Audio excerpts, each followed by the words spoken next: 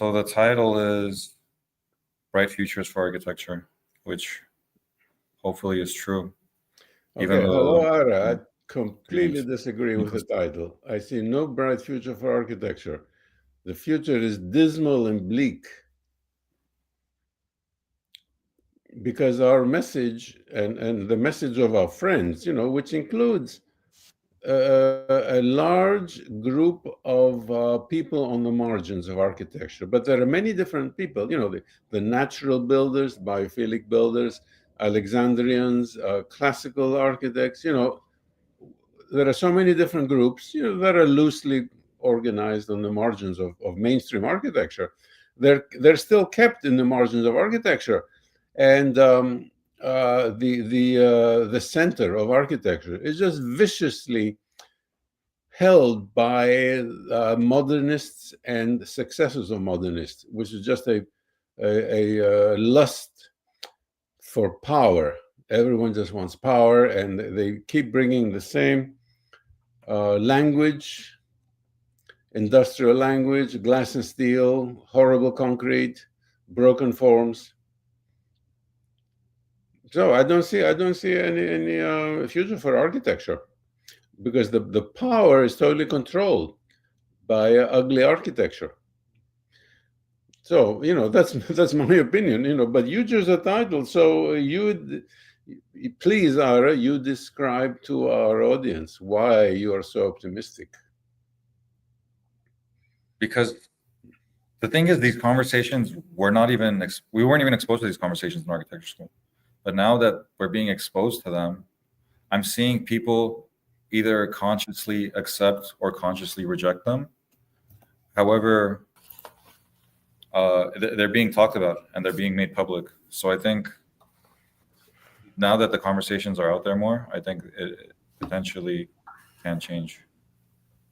It's just something that's being talked about. Whereas before, like my whole 5 years of my Bachelor of Architecture degree, I never even heard of contemporary traditional architects. I wasn't even aware that was a thing.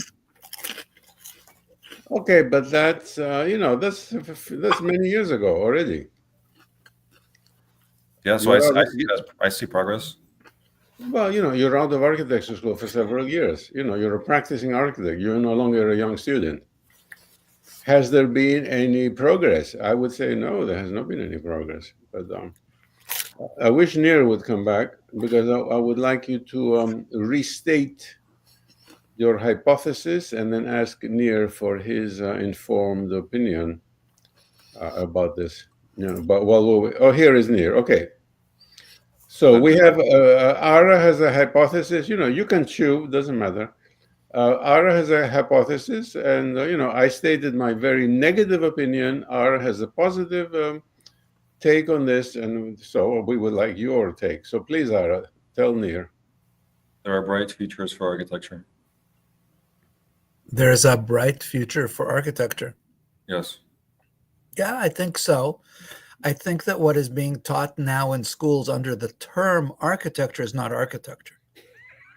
I think how can there be a bright future? Because real architecture is traditional architecture, and this technocratic structural design in a very, very narrow aesthetic spectrum is not architecture. It really, really is not.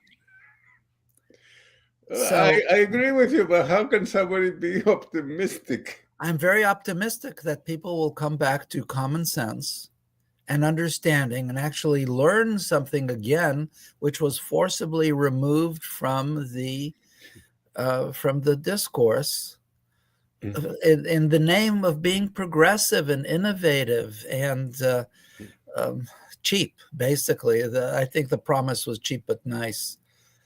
And now it's cheap but not so nice. Okay, let me make an analogy to cults taking over in times past, in the dark mists of history. A cult takes over and tells a particular part of society, if you want to progress, to become modern, you have to kill your mother. And they say, okay, we'll do it. We'll do anything to be modern. That's what happened to architecture. destroy all of the knowledge of traditional architecture in order to gain modernism. People become fanatic. They perform the most horrible crimes against architecture. Well, Driven by this. think of the religious wars, but the modernist movement, really, if you're not a fervent follower, you're a pariah. You don't know about new traditional architecture from school because it was canceled by the people in school. And you cannot cancel truth, goodness, and beauty. It's uncancelable. But it's canceled in architecture schools, and architecture schools become such silos. They keep the students from learning from the outside. Everything is totally contained on the inside, and it's a vacuum. There was always a strange distance between what I learned in school and what the people around me who are not architects professed that they liked. And I always looked at them, down at them, that they don't lack taste, or they're not progressive, or they haven't been educated, or what have you, because I had to toe a line. There was no way I wasn't going to. I thought I was going to learn something. Then I asked, well, why are we doing this? And I started poking around in my PhD, looking for, I was going to do a PhD in architecture. I was so excited. I got accepted to a program. I ran over to Hennessy and Ingalls and I looked for a philosophy of architecture book. The guy looks at me like I'm some sort of, farm animal. He says, there is no such thing. Yeah. Okay. No Sorry. Philosophy of architecture. So he handed me a book on philosophy of art by Schelling. So I look at this, or Schilling. I always get those names confused. And it was interesting. It had some stuff that I had heard of, but it sounded a little off. Other than it might be, I'm going to read it again soon because it might actually have a neuroscientific framework underpinning it intuitively that the guy wrote. He wrote it back in 1800. So then I had to find out, okay, so there's no philosophy of architecture. What's modernism? That was my next question. So I started out with that book. I think you found it recently, the book of the that's Schelling, the author. I'm talking about Schilling, it's Schilling, SCHI. Oh, it doesn't come up. It brings me there. Try Schilling. FWJ. Oh, that's Schelling. I'm so confused by these names. It's been a thing, but that book, Schelling. Okay, great. I was right the first time. What do I know? I read it through and through. You have to have it in your library just because you're becoming a very erudite person. So find a cheap copy of it on ABE Books. Do not pay more than $10 for a copy of that book. Well, look. We have gone off the track because Ara was giving us explicit. There's a beautiful. I'm going back. We're not off track. Okay. We're on track. This is not a detour. This is actually, instead of being on a freeway, I'm taking you by foot through some beautiful piece of countryside. As long as you come back to Ara's list, the future of architecture is a great future for positive sign. Oh, absolutely. So I went looking for what is modernism, and you cannot find it within the movement because there's nothing coherent written in architecture after 1820. Nothing. I'm telling you. It's a real problem. You go back all the way to John Sohn. He's already not coherent. What's his name? The German guy that we loved, who who did the Dresden Opera. Zemper. Zempel. Thank you. He's not coherent either. Very romantic. Then you have Ruskin, who is a complete load of crap.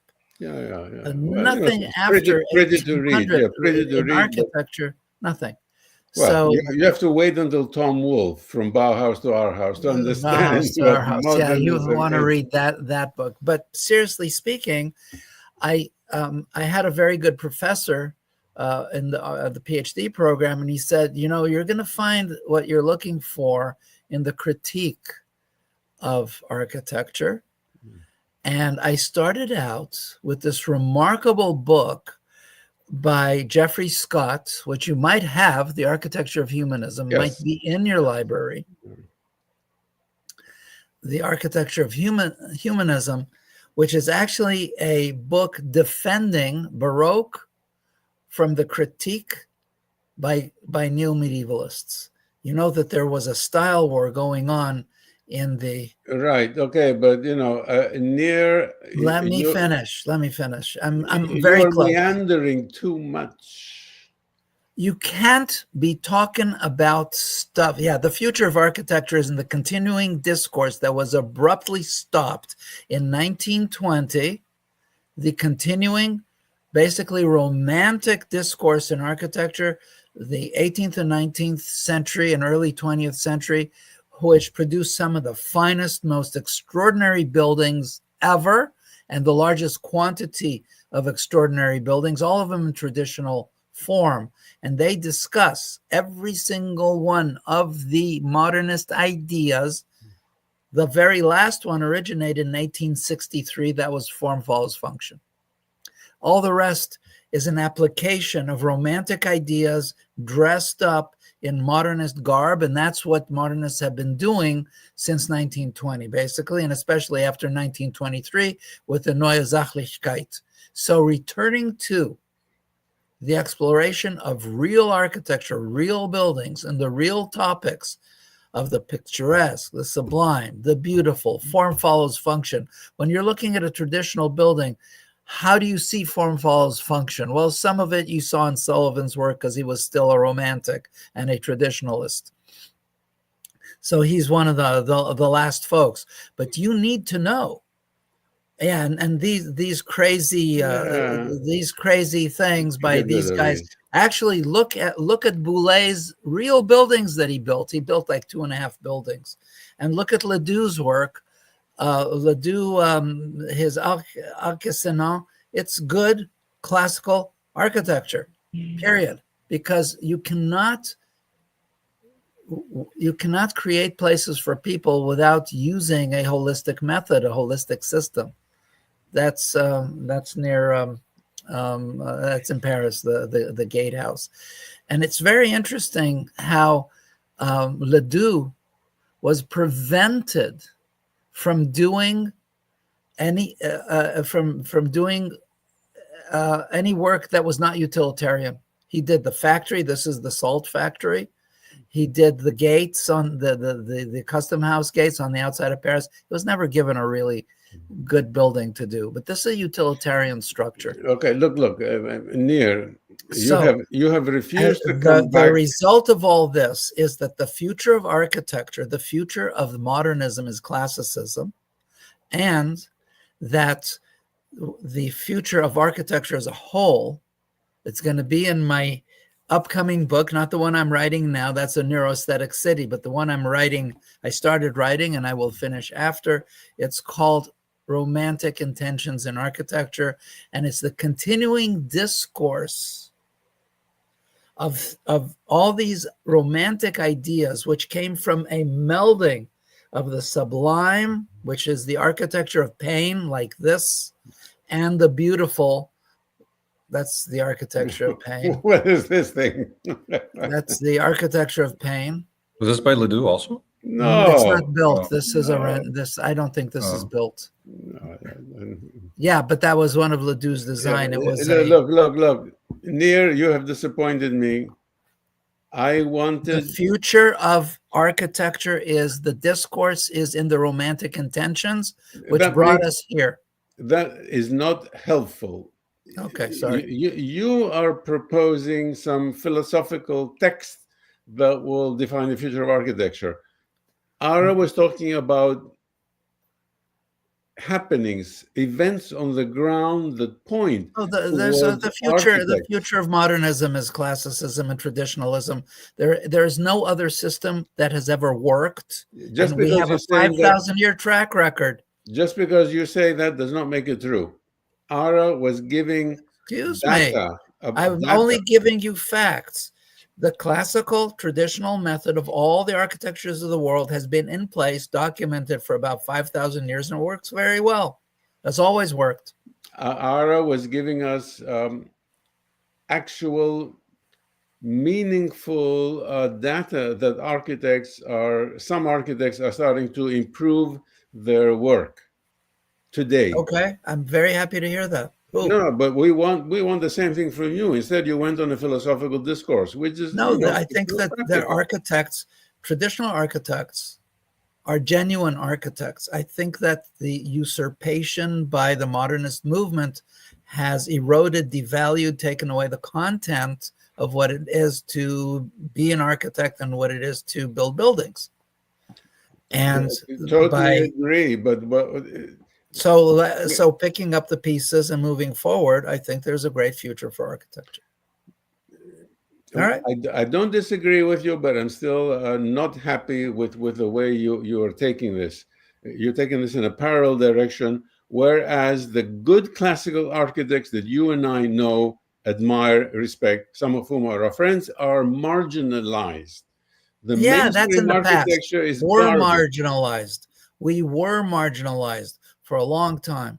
At this point, we are close to a tipping point of some sort. Everybody recognizes that. We wouldn't be speaking with Ara if it wasn't. I mean, it's from SciArc, for crying out loud, you know? Okay, This is like you finally said something revolutionary. Please pinpoint that. You said we're close to a tipping point. What is the proof? Give us some facts. The proof is in the numbers. We got 190,000 X visits on a clicks, whatever it's called, on one of our designs, and our designs are wholly traditional. Show me one modernist design that's gotten 190,000 things recently.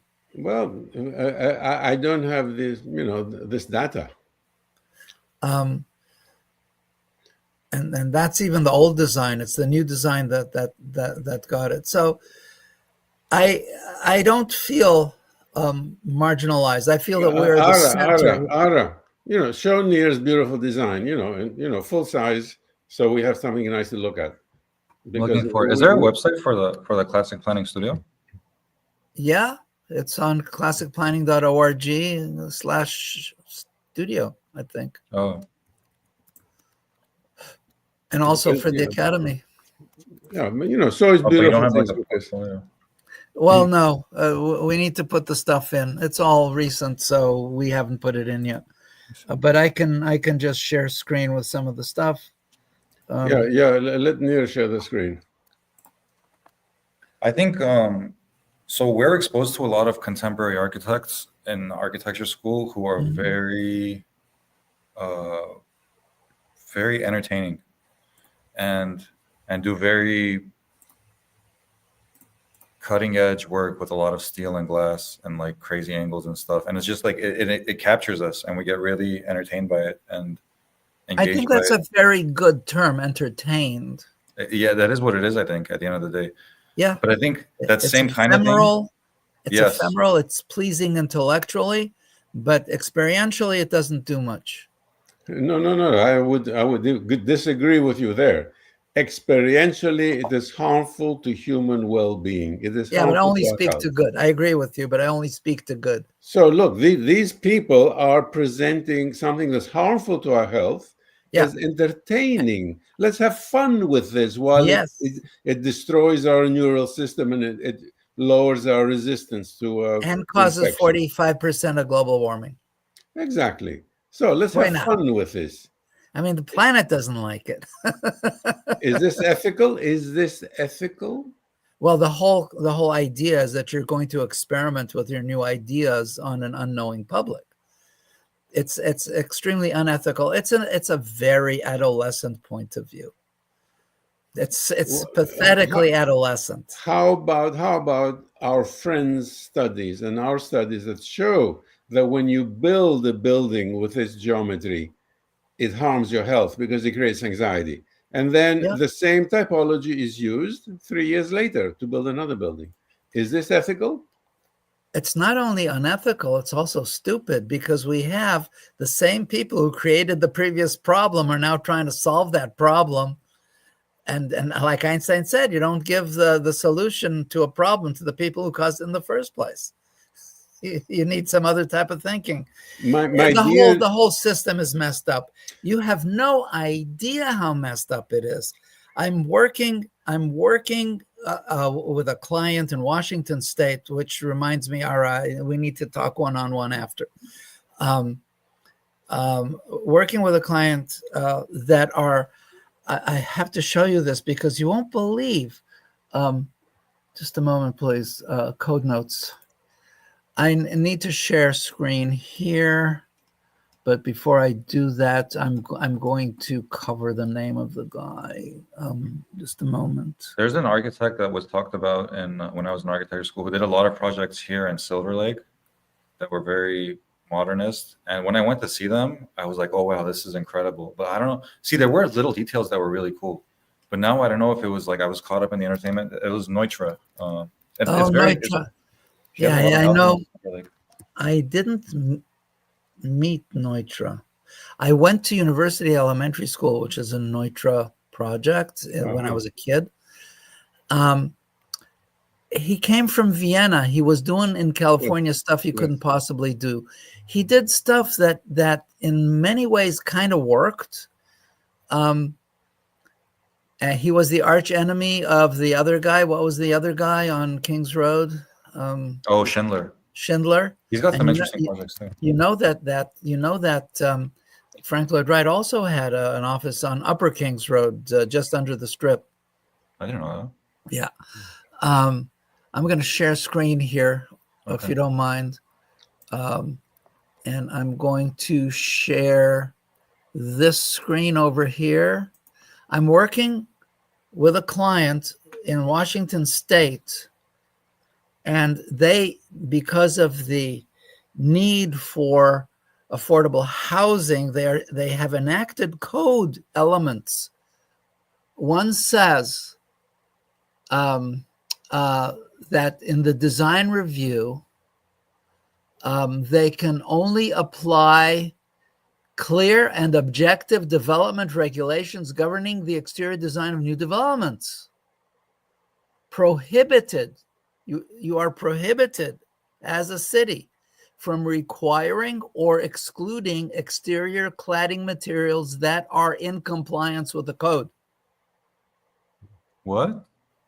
Yeah. Well, I think certain jurisdictions definitely override that because I've seen jurisdictions here that require their wait, this is a clear and objective design standards, and then they say here later on that exterior cladding is defined as non-load bearing material attached to the exterior of a building.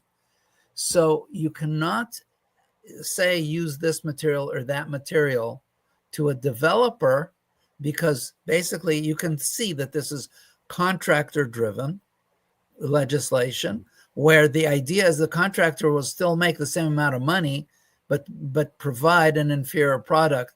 So the meeting the budget comes from reducing the quality of the building. Is this a state law? State law. Which state? Washington State. Washington. Oh. On the other hand, are you sitting down? On the other hand, they have here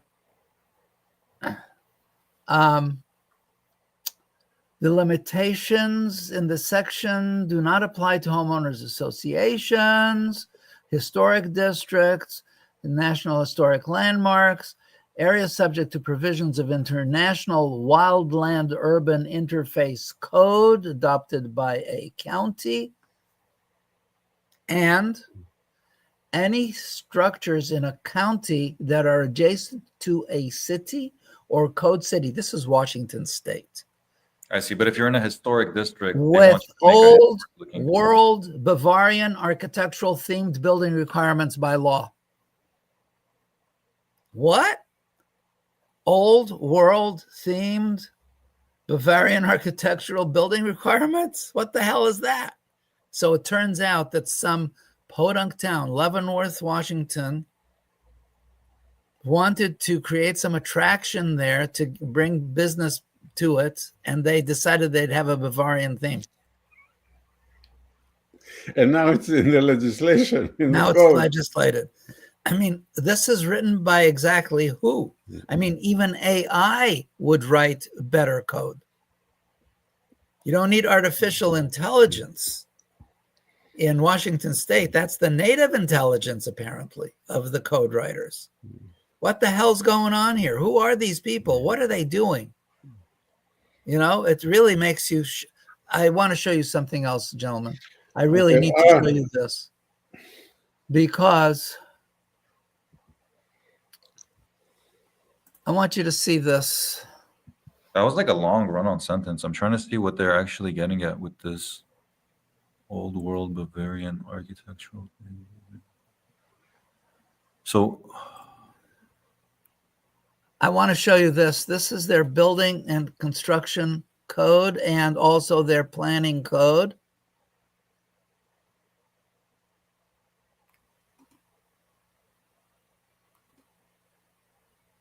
I want you to see it. It's 400 pages long. It's a town of 10,000 people. Their code is, I think this is the smallest it'll give me. It's 400 pages long. It has 3 form-based codes in it. What? The whole municipal code is over 1,000 pages long. You know, that's 30 citizens per page. Sorry, it's 10 citizens per page. It's a minion for every page. What? Okay, so this stuff, you know, it's turning me into a different kind of a political animal than I used to be. This kind of stuff. It's enough of the bullshit.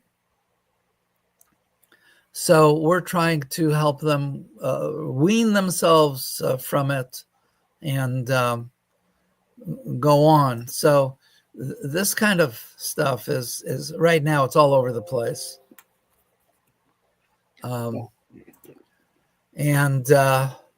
So we really need to move on. I'm going to get out of the share. How do I leave the share? Was I sharing? oh yeah, here. Yeah. There should be stop sharing on the bottom. I don't see it. Yeah, I could remove it.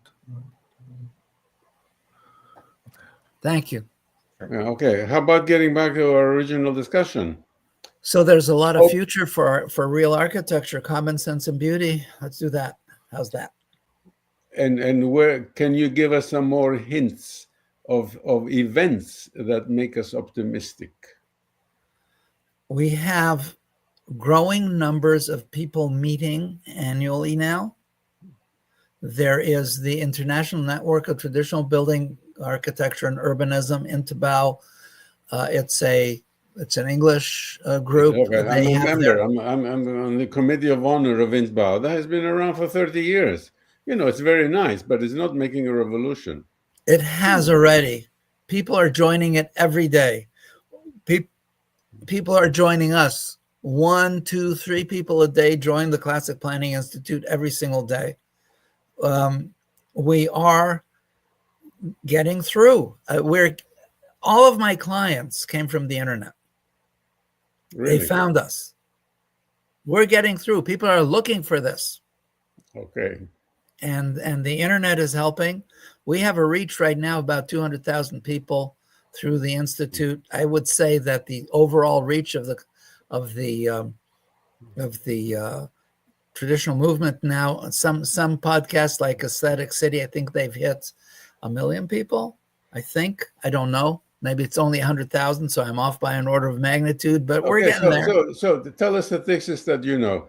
the Classic Planning Institute. What's the number of people who are followers? I on actually the don't mailing list? know. I don't know. Our mailing list is in the mid thousands at this point, but these are people who have self-selected to be with us. But our reach in terms of social media is in the 200,000 range through our partner organizations. The work that is being done, there is an increasing flow of work around the world of traditional architecture. And once you open your mind to it in a positive way. Okay, sorry, Nir. How do you have any data for that statement? There is an increasing amount of good architectural work around the world. I don't have the numbers, but I Because, invite you to look. As far as hearsay, I see a beautiful building, new building here and there. So No. from There's hearsay, Are you on Architectural Uprising? Are you on their site? They don't have well, new things no. every day almost? Yeah, no, not every day. I check periodically. Okay, so if is it once a week that he puts something up? Architecture Uprising's international network also. It is what it says it is, and they they show new traditional architecture materials. There's also new traditional architecture. Michael Diamant is the head of that. Aesthetic City is Ruben Hansen. They show new projects. I don't know with what frequency, but I think it's about once a week. So yes, there are thousands and thousands and thousands of things being built all the time, constructed. Stuff The issue built. would be that the contemporary architecture is uploading, like contemporary architecture websites, they're sharing things like 5 times a day. So if traditional is like once a week, they're getting contemporary things put up like 5 times a day. So it's like, it's just the same thing 5 times a day. no, like random different things on like Okay, contemporary well, architecture. good for them. There's a lot of material out there. Yeah. Basically, at the end of the day, Salingaros, he made a choice. He wants to do the right thing. And he knows what the right thing is. And it's not like he went to school and believed what they taught him. He found his own path on his own. And he found a path that is not the path most traveled. You, Mr. Hovsepyan, you are asking bad questions. You are an infidel. You're a non-believer. You're a bad person for questioning your teachers who have given you the Torah from Sinai. That's not a good place to be. Me too. Well, Ara is a young guy. He still has a chance to completely ruin his career by being a rebel. I have already repented. If I supported the power structure, I could have become wealthy, famous. I would have had a yacht, a big bank account, flying first class all over the world. Instead, I'm stuck on the margins where I am, with a few friends like you who are also on the margins. I don't think we're the margins. Let me tell you something. If you look at a lake and you want to know what's going on the lake, you don't go into the middle of the lake and look at the water. You look at the margins, you look at the periphery, and that's where you see what the situation on the lake is. Somebody sitting in the modernist lake sees water. But let me tell you, they're looking at something that's bathtub sized and it's sinking big time. We are not huge. We are the mammals who are going to survive the dinosaurs. Okay. Andres Duani has been saying that for 30 years. It sounds nice, but I don't see it occurring as a model. Okay, fine. Hello. Oh, here's Ann. Ann, we want Ann to describe her. She gave a talk in the CNU. We were just talking about Andres Duani. Yeah, I was in Florida. It was fascinating. It's just fascinating. They were so positive. They were so excited about our work. And the planners really care. It's amazing. So tell us, how I'm was not it? leaving. I'm still here. I just don't want you to Okay. see me. Okay, no problem. So Anne, yeah, please tell us, how was it? Well, it was fascinating. There was such a positive feeling in the room, and there may be 50 to 70 people there in Florida, in Tampa, Florida. And they really understand the need to build beautiful, walkable communities there, and that we're not doing that now. They get that, and they want to bottom up change things. They're very positive about the need for change. It was fascinating. It was really Okay, fascinating. let me introduce for the listeners. This was the Congress of the New Urbanism, right? The annual meeting, and you were an invited guest to give a keynote speech. You want to add This was something? Florida. This was the Florida branch. It's a very large group, the Congress for New Urbanism. Okay, Yeah, this was just the Florida group. okay. But I think the president of Congress for New Urbanism was there, and Strong Towns was there, which is quite interesting. Yeah, okay. And so they definitely sense that we're not building the way we need to, but they're very optimistic they can make change. It was quite fascinating to see that, but the fact is, most of them were not aware of the science. Okay, And that's what I wanted to ask you. When you showed eye tracking and things, was it a shock to them? Did they know about it? They don't know about it, but they're open to it, and they don't realize there's science they could be using to justify the change we need. And then I also gave a lecture the day before the keynote about walking, how the human brain and body are evolved for walking. And if we don't walk, you're going to have, oh my gosh, the new stats, did you see them? The No. increased risk for Alzheimer's and dementia. If you don't walk a minimum of 4,000 steps a day, the increased risk of dementia as you age goes from 25 to 40%. Good They can grief. actually calculate, they can predict why you'll get dementia, Wow. because you're not walking the way you need to be. We really need to walk. So I gave a lecture about how the human brain, the way our brain is so big because we had to figure out walking, and then figuring out walking gave us all these other abilities, poetry, art, all kinds of things. But walking comes first, and that's fascinating. And how not walking leads to depression, obesity, cognitive decline, dementia. Who knew? Wow. And I talked about that. And then the following day, I gave the talk about eye tracking, facial expression analysis, and the link between modern architecture and the trauma of World War I, which nobody had heard about.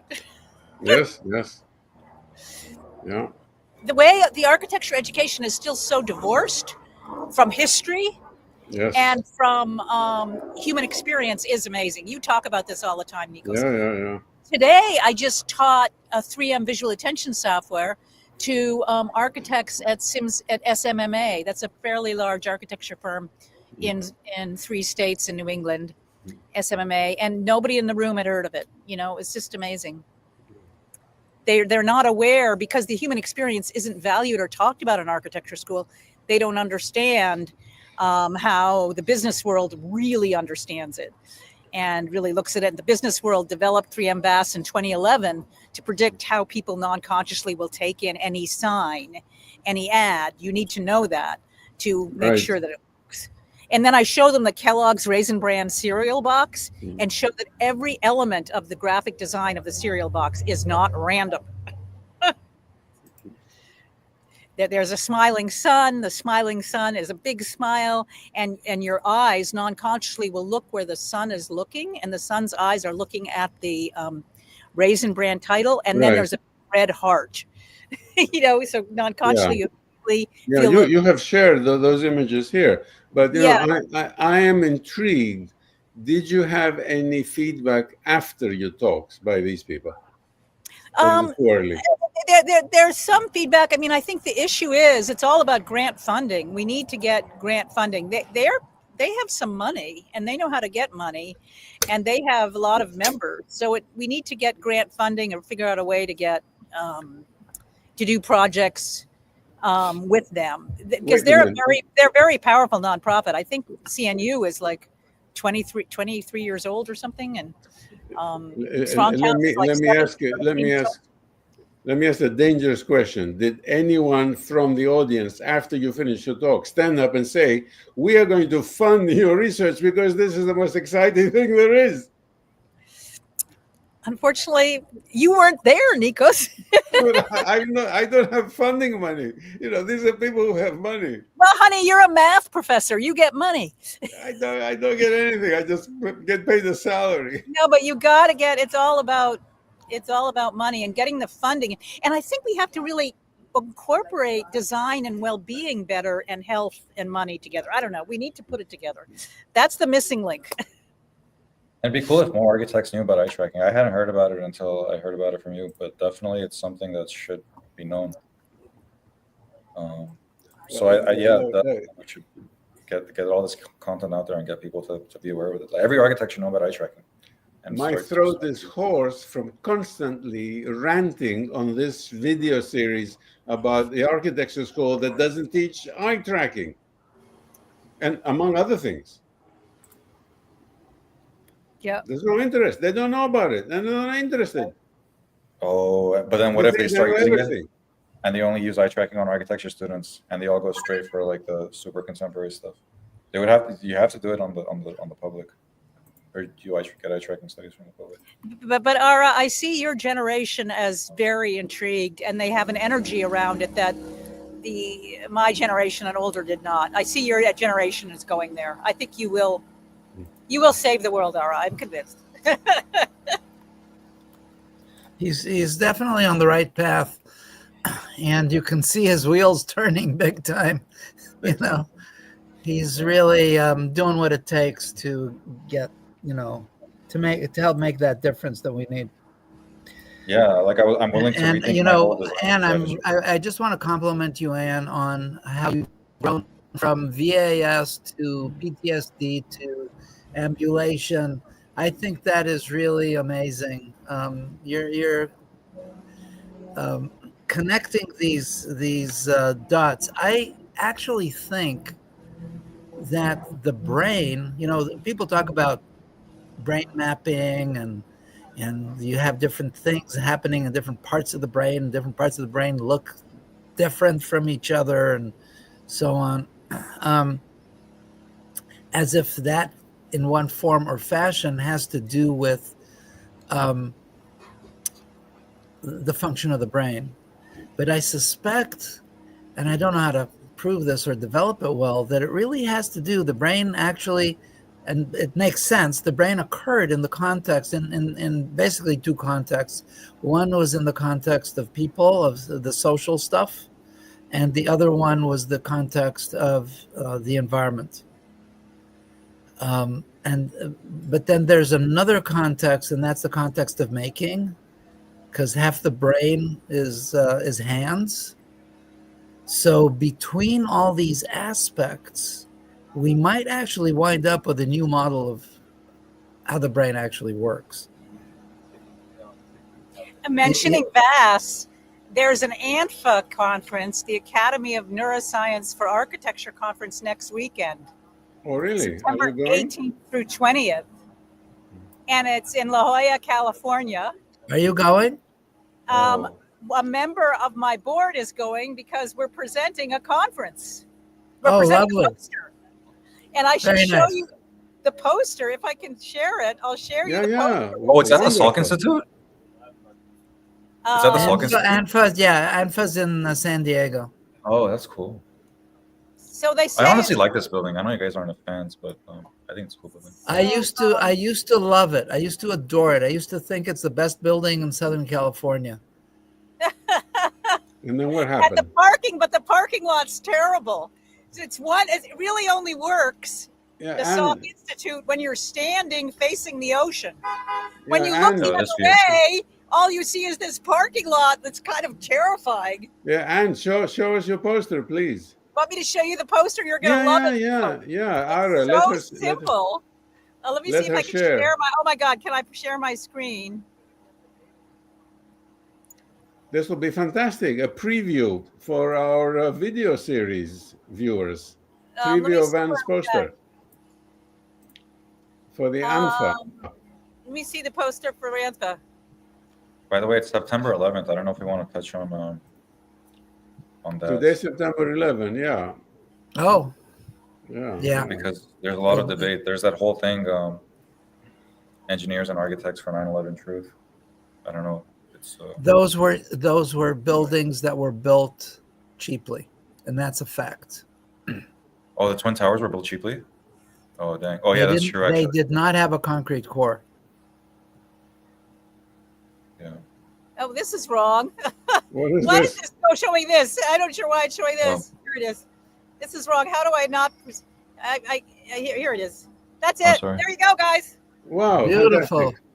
Yay. So what's Oh, so hysterical? So they accepted this. Now I'm then going they to had get this Raisin Bran. You made me hungry for Raisin Bran. Raisin Bran. So we showed really elemental stuff, including my student's work at the bottom, that she compared the Mass College of Art, which was built in 2016 in downtown Boston, with the George White House in Virginia. I think it dates from 1750s. Can you make you it a can little really see- bigger? Make it What? bigger. Can you make it bigger? We don't need the right-hand side. Where's you the don't full need it. screen? Where's the full screen button?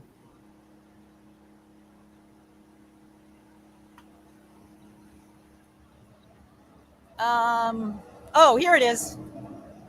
Is that better? No. It looks good to me, but I mean, maybe if it's possible to zoom into like a particular part of it. I Well, don't we quite don't know. need the right-hand corner. The thing that people always bring up about 9/11 is Building 7, which was the third building that came down that no plane even hit. Yeah. That was that was demolished. Building 7 was demolished. You know, let's right. not touch that. That's explosive. You know, we want to The stay with official- architecture. The official story is that it was a shock wave from like the planes hitting the two towers. No, Made the third let's not touch that. Yeah, this is Because the I have to leave. I have to 9/11. leave in 10 minutes. building. Okay, so yeah, sorry, you can't make it bigger. You can't make it bigger. Tell us I about don't know how to make it poster. bigger. I'm sorry, but anyway, Yeah. I can forward it to you. But I think it's fun. It's just really simple idea. But the big idea is non-conscious behaviors are a fertile area for research for architecture. The human need for subliminal attachment in the built environment to secure ourselves in a space creates a positive sense of place. And recognizing this need may improve the design of buildings everywhere. And we don't talk about it. And that's been something we want to really come up with, an attachment index for building facades. So the non-conscious can attach to the glass. It immediately attaches to the brick and the bilaterally symmetrical building on the right. It immediately attaches, oh my God, the Harvard Lampoon building, which was built in the early 20th century as the headquarters of their satirical news weekly. The tour buses from China that line up on the side of the street to take a picture and a selfie with this building, you wouldn't believe it. There'll be 2 or 3 of them every week to take a picture of that. And then the way that the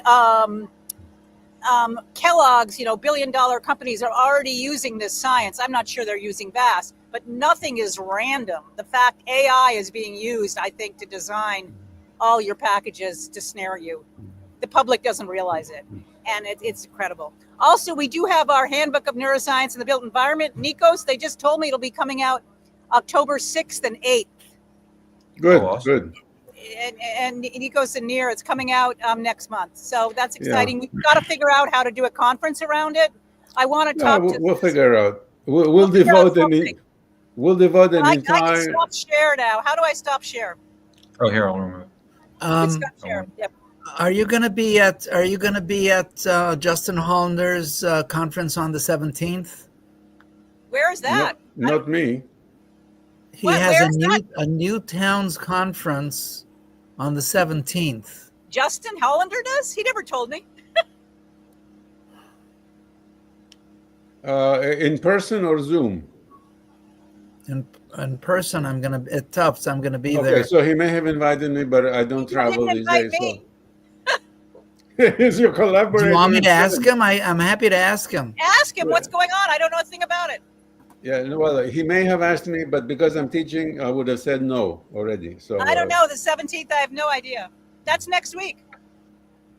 No, of October. Oh, Oh. October. Okay. He never told me about it. So 1 month and 1 week, five. Before I forget, I want to rephrase what Anne said. Anne said it in a very academic way. I'm going to rephrase it to make it more biting.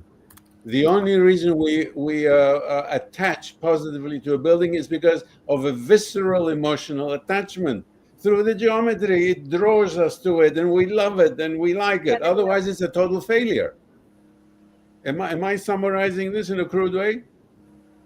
Yeah, the visceral, Yeah. it's the visceral non-conscious attachment. Yeah, we could talk more about it, how it shuts down the thalamus from, because your body's responding before you consciously know what you're looking at. Your heart rate, your breath rate, your pupil dilation, your sweat glands are already responding before you're even aware what you're looking at. And the car companies know that, the tech companies know that. Do you the have that written down somewhere in an article? Oh yeah, I could forward you a graphic from the iMotions website, which really explains how the problem is it takes a while for the visual cortex to process stuff. We would have died in the savannah if we weren't already ready to run before we actually realized it was a lion in front of us. That's true. In the first One of the episode, things I just gave a talk, I told you at SMMA, and teaching about VAS. And you know what I did? You're going to love this, guys. I VAS'd a lion's face. Is that my Oh. lion? A lion's face. When Is you that my VAS lion? your lion? Oh, did you? Is it? Your lion? Is it the drawing that I did, or a picture of a No, lion? it's an actual photograph of a lion. Okay. I VAS'd a lion's face.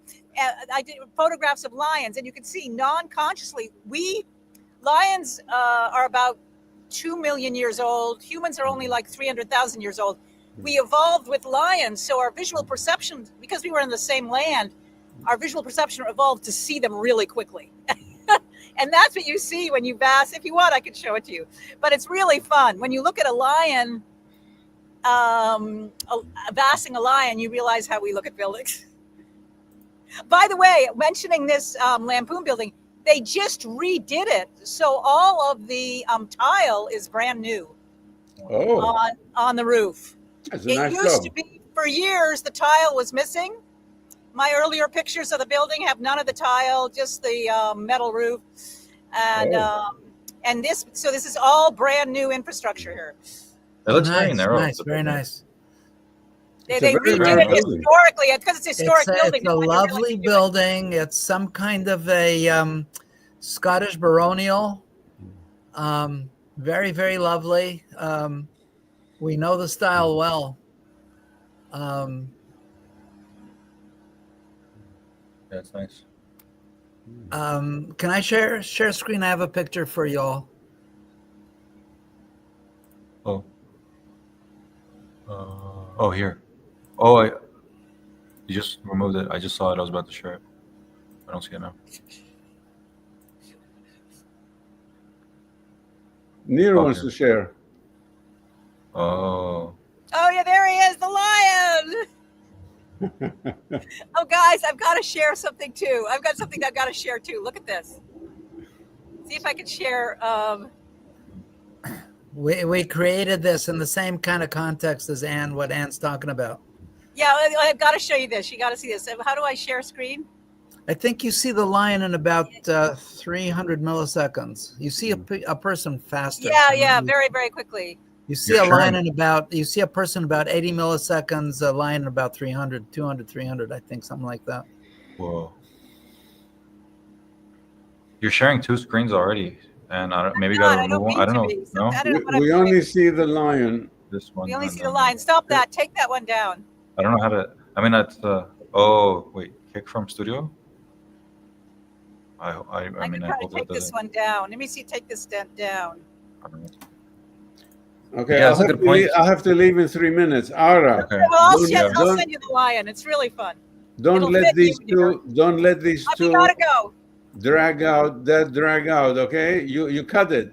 It's 1 hour, 1:05. Okay, it's up to you. If I'm not here, you're likely to let them talk and talk and talk. And then it's gonna be.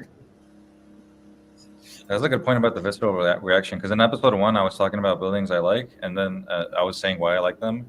Like, oh, you see the mechanical system, the electrical system, and then you guys were like, isn't that an intellectual It is. argument for it? Yes. It's not your actual initial response to the aesthetic of the building, and it's kind of true. It's Okay. I heard the architects talk about it so much, and then when I see the building, I like hear what they're saying. Okay, before I leave, I want to tell you a story. A friend of mine went to a contemporary art exhibit, and he entered the one of the main exhibition spaces, and it was all, some trash on the floor and some ridiculous stuff on the wall. And he said, "What is this? This is junk. This is no contemporary art." And then a pretty young girl came up and said, "Oh, can I explain the art to you?" And she started to explain. And talked all sorts of fancy sounding things, and he said it all made sense. And I realized how beautiful this is. This is garbage. The power of somebody to convince you that garbage is beautiful art. So it's the same thing that's done with contemporary architecture. They tell you, look at the electrical lighting, and look at the this thing, and the beauty of the transparent glass. It's all garbage, and you miss the visceral attraction that you are evolved to experience. So all this intellectualizing destroys the connection, the human connection with architecture. Well, it has really worked, hasn't it? Absolutely, 100%. Yeah. It's the same trick, that you get young people, you get them to convert to a cult, and then they do the most atrocious things because. I think it was really well thought out. First, they hampered the education of the people by taking out all kinds of important things out of the education. And then when they were sure that the people were illiterate, then they said, "Oh, this is what you need to believe in." And it sounds wonderful to young people.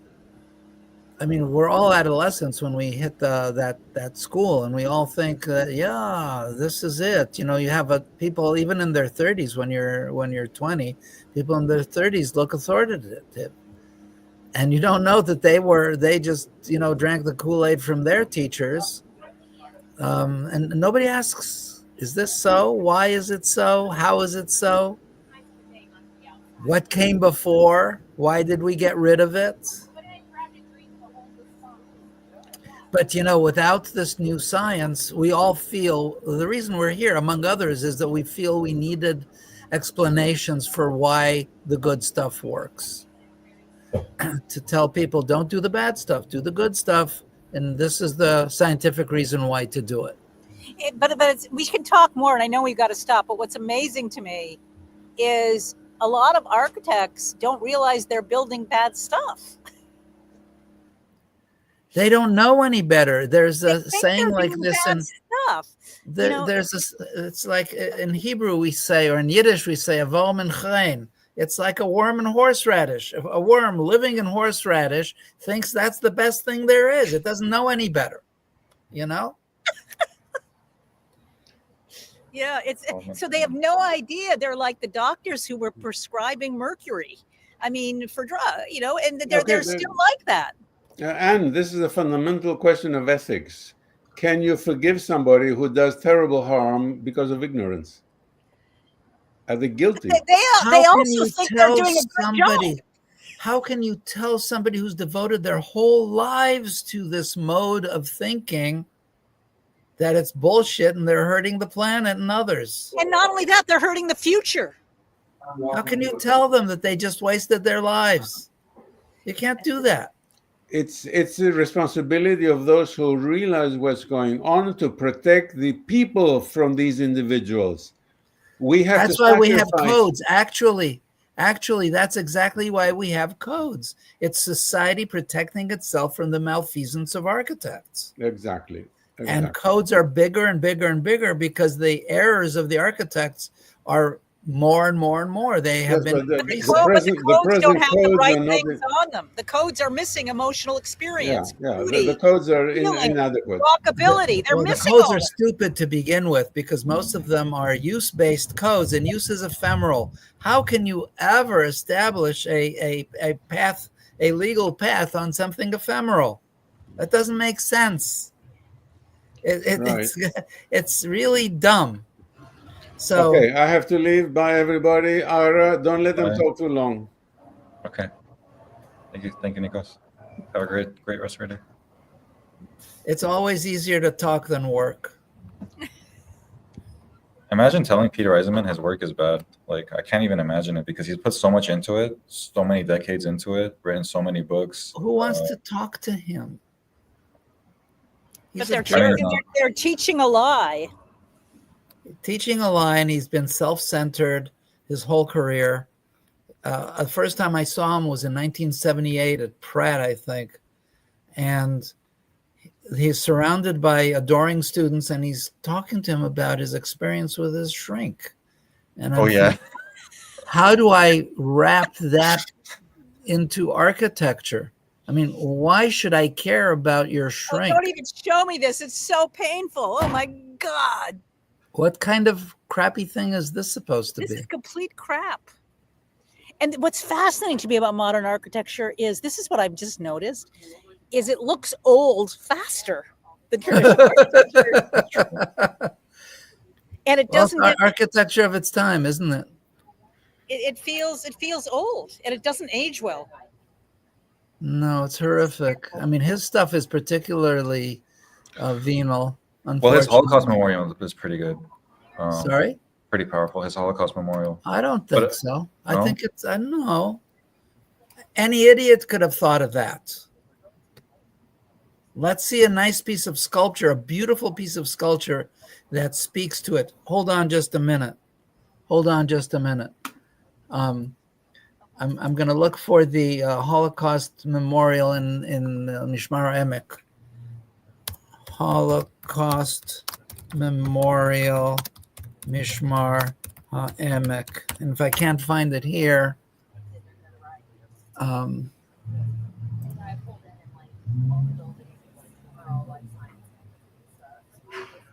Oh. Wait, let me. I don't know how to spell that even. Maya Lin's, what was that? Yeah, some memorial to this, ladies and gentlemen, was put up in 1942. Which one? This. Oh, I'm not the sure. Maya Lin? Oh, I don't see yours. Oh, your screen is still. Yeah, not shared.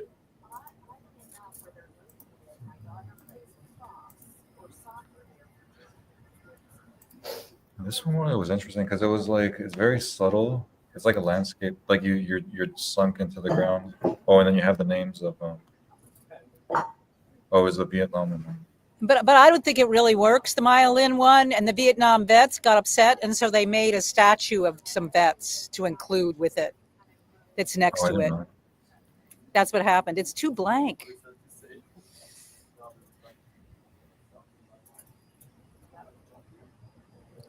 So they made a statue of two guys together. Yeah, you have to look at they purposely try to not show it.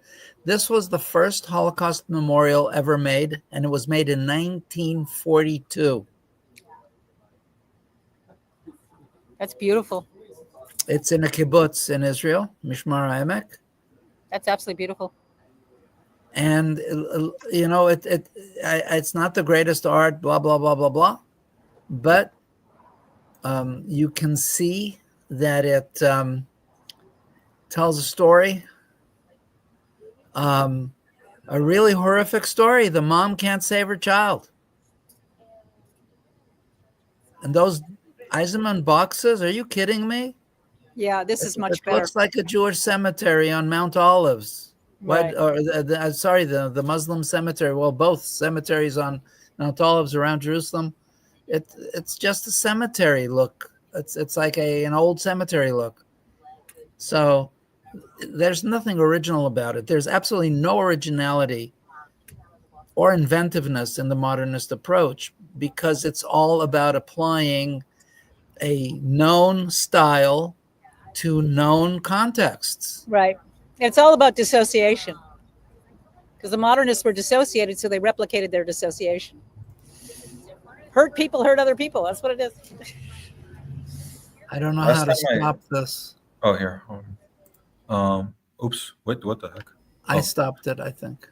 Yeah. Last time I brought up, after we stopped recording, I brought up, I was like, I still like John Lautner to Nir Buras, and he's like, no, you love John Lautner. And so some of, because his work here, let me share. Oh, You know what an architect obsessed with designing labyrinthine shopping malls is called? What he has? It's a guy with a complex. So Complex. John Lautner has materiality, so it's not just like white stucco. It's like and drywall. It's Do you No, think it's I'd want a city of buildings like that? It'd be frightening. you can't have more than one. These are one-offs, and they sit in They're nature. one-off. If they They're didn't sit in one-off. nature, they would be useless. They'd be really bad. They're accessible by car only. It doesn't work. Do you see this in downtown LA? I mean, it would look yucky. Yeah, no, it But in doesn't. Malibu, it looks just fine, thank you. Yeah, it doesn't work, and it will age terribly. I am more attached to this on account of my adolescent Hollywood experience than anything else. I did a lot of bad shit as an adolescent. when I was a first year student in architecture school, they took us, the first exhibit they ever took us to see was an exhibit of John Lautner's work. And they were like, oh, they have some of his models and sketches and stuff. And we went, and I thought it was cool. And I started looking at his work and I was like, oh, this is the building that came out of that sketch. So maybe it's just like it's tied to those experiences I had. But I'm a fan of. I think I met him a couple of times. Oh, really? I was on the AIA magazine board in the 80s, and I got to meet him and some other people. I knew Charles and Ray Eames, Quincy Jones. Quincy Jones is the musician. What's the name of the Quincy guy, the architect? I met him. Hey, Quincy Jones. Yeah. He was very good. He was actually more generous, more elegant than Neutra. Neutra was sort of like, here, I'm going to build this for you. And Schindler was, I'd do a better job if my wife wasn't so crazy. Oh, yeah. I heard in the Schindler house that they got a divorce, but they were living in the same house and they had put like a line of tape in the center of the house. And it was like, They had okay, a this is hatch. my hat, that's your They hat. had a hatch for messages. Oh, They built a wall and they had a hatch for messages that's great. between the two sides. It is a cool, I mean, it's been a while since I've been there. There's something to it, actually. It was just Yeah. built so poorly that it had no longevity. Look, these are experiments in living. They are what they are. And it barely lasted. I actually was at an event with Frank Gehry there at the Schindler House, something AIA also. Well, But the Eames Frank house- Gehry wouldn't be Frank Gehry without his wife. really? I didn't know that. Robert A.M. Stern wouldn't be Robert A.M. Stern without his first wife. Colgate Palmolive. So he got commissions through Colgate? He got social position by marrying that high up. He's a Jewish boy from New York somewhere.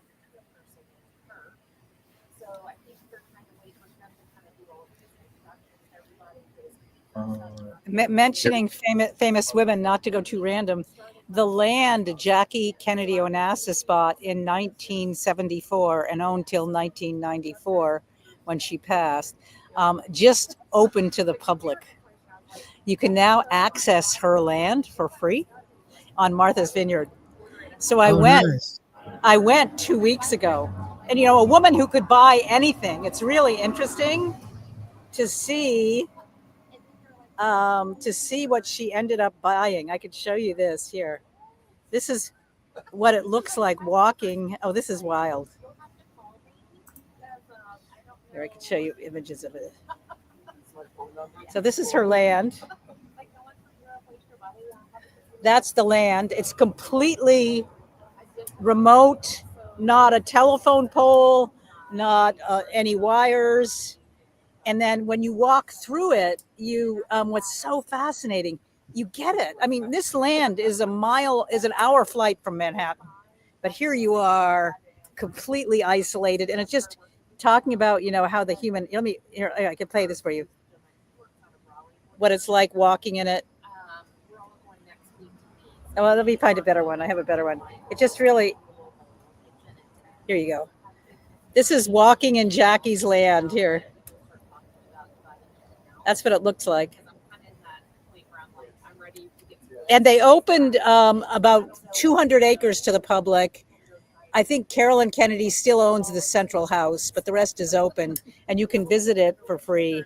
And it's totally chill. I mean, you go there and you're like, oh, you know, it's like, it's really, really interesting. Is there a building on the land? So there's a bill in the center of it, but you can't see it from any of the places that are open to the public. Oh, I see. It is, in the center of it is one building. And it's, well, I think one or two houses, whatever, that belongs to Carolyn, but that's off limits. But so the rest, it's just remote land. It's really interesting. So it finally transferred it was bought by a conservation trust, and it's now finally open to the public in the middle of June 2025. You know, 30 years after Jackie left it. Whoa. It's really beautiful, though. It's very interesting. Did you guys see Charlie Kirk died yesterday? Yes, that's gotten so much press. Yeah, it was crazy. I saw the video of it on. I'm sure it's. You off saw the YouTube video? now. I was scrolling through, and I'm sure because YouTube cracks down on that kind of stuff. Yeah, it was crazy. Yeah, I feel bad for anyone who was there, and because I'm sure that's a lot of people who saw that probably have PTSD just from. Oh, they're gonna have PTSD, the traumas, and the gun stuff in America. It's getting crazy. It's beyond crazy. Apparently, some guy had a sniper, and he was on a roof nearby. And did they catch the guy who shot him? It seems like they're still looking for him. They have someone in custody. They're trying to figure out if it's the guy or not. But he answered a question, and then he put his mic down, like he was about to answer the next question, and then you just see him go like this, and then like just blood gushing out of his neck, and then you saw that? Yeah, because I mean, people were there with phones recording, and it's like people took video and they uploaded. I mean, it's crazy, but I'm sure by now it's all gone. But yeah, what a crazy thing that happened. Why do you say by sure it's now all gone? Because YouTube cracks down on that kind of stuff. I remember, really? They crack down on it? Yeah, like anything violent, they take it down. They take it down? I think so, right? If someone uploads something violent, YouTube ends up finding it and taking it down. I had no idea. Yeah, they really curate the stuff on their platform, that was a big controversy too, because they were saying, well, if you start curating, then you're going to have to take responsibility for everything that's up. Whereas if you just don't do anything, it's on the uploader. And YouTube was like, oh, we're going to start curating anyway. So they take things down. But yeah, that was crazy. He was 31. It's insane. And he has like 31? Yeah, he was younger than me. It's like you couldn't even write this up as a movie script. It's beyond traumatic.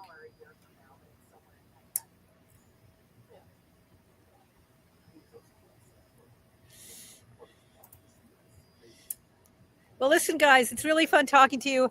I gotta go, but you have really good ideas, Nir, and sharing some of that science and how our body is already responding before we know what we're consciously looking at would be good to get out there and figuring out ways to get that out there.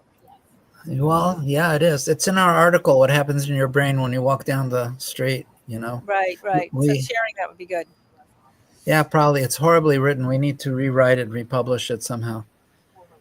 Anyways, we're trying to work on the neuroaesthetic city book, putting all the stuff together.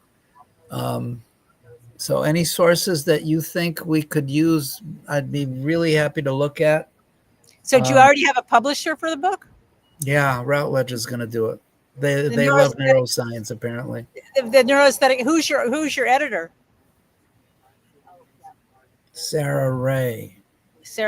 Okay. where there was somebody else. She was the publisher. She's the temporary one. We have a permanent one. I don't remember her name.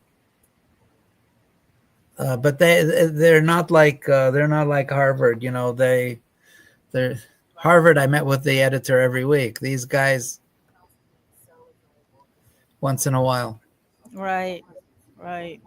Is it Lydia Cassell, the editor? No. Okay, that's the editor I had. She's the director of architecture. Well, that's smart. That's really smart. Yeah.